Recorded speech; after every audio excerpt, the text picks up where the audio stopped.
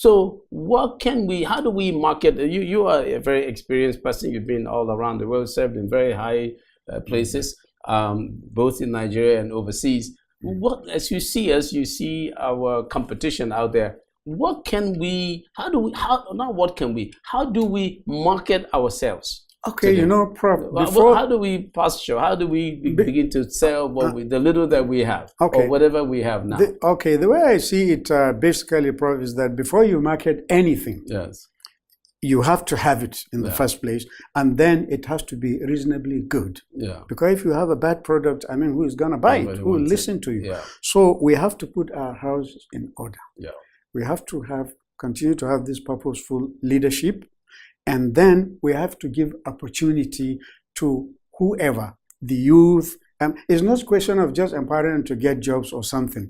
Inventiveness. Yeah. Nigeria is about the only country with the wonderful blessings we've had from the Almighty God and the wonderful potentials that we have that does not have a viable, solid machine tool industry base.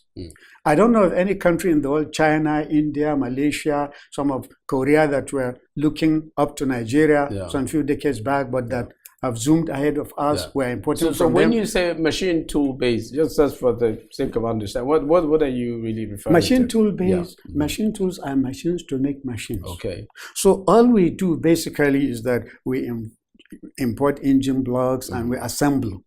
We've had these auto assembly plants now for how many years? A couple of decades. But we normally, as you said, that's what they call capital goods. Yeah. We usually import them. Right. You're saying we should produce them? Well, we should start producing some. So the people, you see, my concern, Prof, is that I am very, very concerned about when I go home in Kano, on the streets. You see, when I look at these guys, they are just roaming the street in their hundreds and hundreds and thousands. And I say to myself, and then I reflect, I say, we have to avoid a situation of the revolution of rising expectations. Because you get to a stage of rising expectations because the populace is expecting this and that, and then the more frustrated later I say, well, I'm not advocating that. I'm just saying we should address some of these issues. So, Prof, we cannot be competitive until we get our own house in order. It's another problem we have. Is it too much uncertainty? Because Africa is characterized by a lot of conflict. It's been a thing that we've had in Somalia, in Sudan, in Congo, in Nigeria, Liberia recently, Sierra Leone at some point. So is that a problem? If you want to come to Nigeria now, and you hear, Nigeria, there's a Fulani herdsman, the Boko Haram, would you come? Even though, no, and you can't blame them. But you see, I'll tell you one thing quickly, Prof. Yeah. Our media should do a heck of a lot more. Okay. Private media, public media, you see, they have to channel their energy. We want to develop this. I'm not talking about sycophants. I can never be a sycophant, but they can still do their jobs professionally in the best interest of this country. Okay. We've all lived outside. Yeah. I had friends in the CNN, colleagues when I was at OPEC. Prof, you could see that their respective various media, their governments don't tell them go and do it, but believe me, by and large, from my own interpretation, maybe I'm wrong, they seem to be an extension of their respective countries' foreign policy. Take tourism. So Nigeria maybe they should balance it a bit more because in many cases we do have this problem. We do have the Fulani herdsmen problem. We do have the Boko Haram problem. Correct. But what you're saying, maybe they're not balancing it with other good things that are happening? No, what I'm saying is that they should report what is happening. Exactly. Okay. They should report what is happening. Yeah. Nigeria is the largest economy in Africa. Correct. Yeah. Followed by South Africa. Correct. Yeah. And shouldn't that amount to something? It definitely in terms should. of having something to sell to the world outside of crude oil. It definitely should. This nearly 200 million people now, well over 180 million people. Even our culture, shouldn't we have something that we can sell to the world? We do have lots of things that the world would appreciate. Our culture, our cultural ways of. I don't know of anywhere in the world where you have horsemanship, the Darbar that you have up north. I don't know anywhere in the world where, you know, when they do the Jahi, the Darbar. Yes.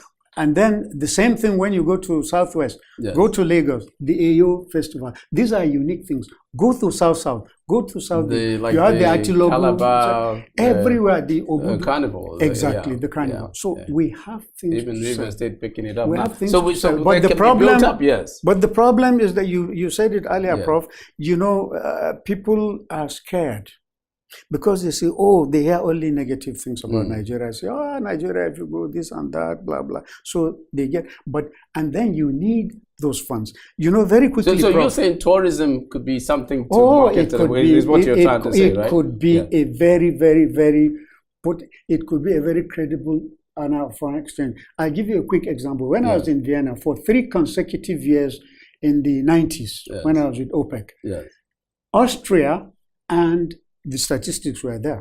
Austria earned 3 times annually what from tourism, what Nigeria was earning from the sale of crude oil. Wow. Oh yeah, 3 consecutive years. Wow. You know, they earned 3 times. So, Prof, tourism could be it.